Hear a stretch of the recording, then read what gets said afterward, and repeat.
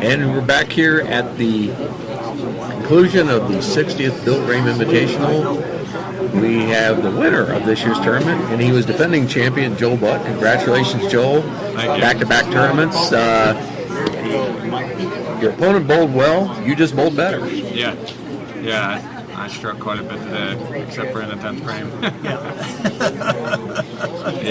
If you know your opponent's going to bowl a 900, you know you're kind of under the gun a little bit, but it didn't seem you got up early and you were able to hang on. Yep, I drilled these two balls the week before the tournament started, just because the tournament always plays a little tighter. It doesn't hook near as much, so I drilled a couple bigger hooking balls to try to help me with that, and it worked. Just for the folks that don't understand really good bowlers, how many bowling balls do you think you have? I'm not sure. Let's say 20. I was going to say, people think you have one or two or three. No, that's not the case.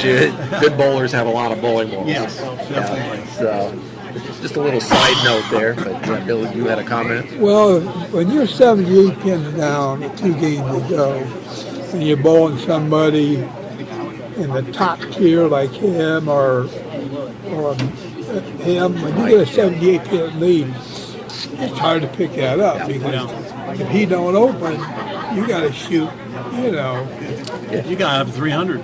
Yeah. To be able to, to counter that. And for me, it calmed the nerves. Like, I was nice. After the first 2 games, I was very relaxed. Like cruise control. Well, you had 42, 49, 47, and 26. So 964, that was a lot of matches. Yeah. So, it just a good match, an entertaining match, because guys are both throwing a lot of strikes, and that's really what the game's about. Fill in with a few spares and stay away from the opens. You're going to have a good score. Yeah, it was big. I actually didn't miss any makeable spares. I let that split in that 10th first game, but all my makeable spares I made, so I was happy with that. And that, as I was telling them, that how much I've seen you grow from when you were born on Saturday mornings and first starting in the Invitational, and your mind games that played on yourself, you would get mad.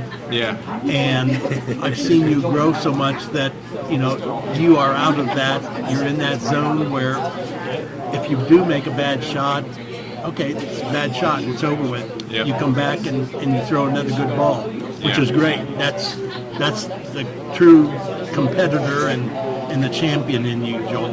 Yeah, my mental was probably always what held me back. It's way better now. Obviously, the physical game is still the same. Over the last several years since you started, it's amazing. I applaud you for that. But your carry is so much better than a lot of these guys.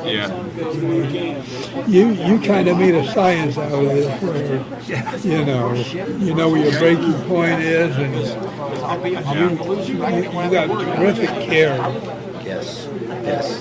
We throw the ball hard, and yet it's got a lot of movement on it. And I think that's a big plus. And if you're accurate with that, it's going to get a lot of pin action. Rev rate and ball speed is a good combination. For carry.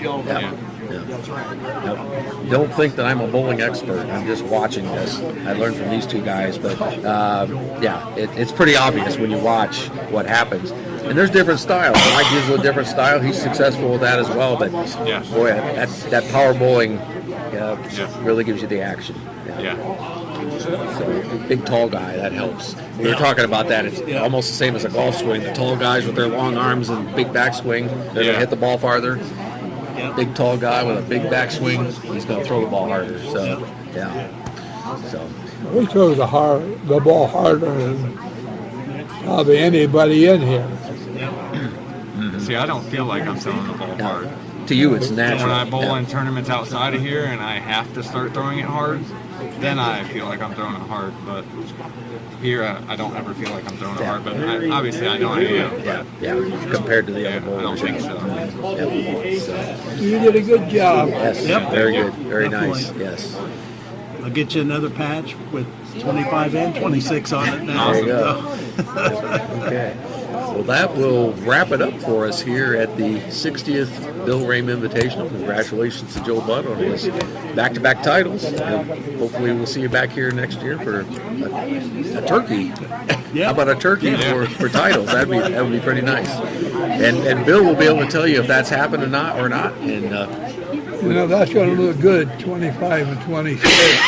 Yeah. there you go. There you go. Champions 25 and 26. We want to remind you, brought to you in part by Roger Brown at Winks Lock and Safe and A&E Fire and Safety Services across from Wise Funeral, Kim Stamper at Lulu's Kitchen, Marion Road in Bucyrus, and Isaac King and Dylan Watt at McKeever & Associates Engineering and Surveying. And if it wasn't for our sponsors, same as your sponsors here for the tournament, for our sponsors, we wouldn't be able to bring this tournament to you, so we appreciate all that have supported this for us.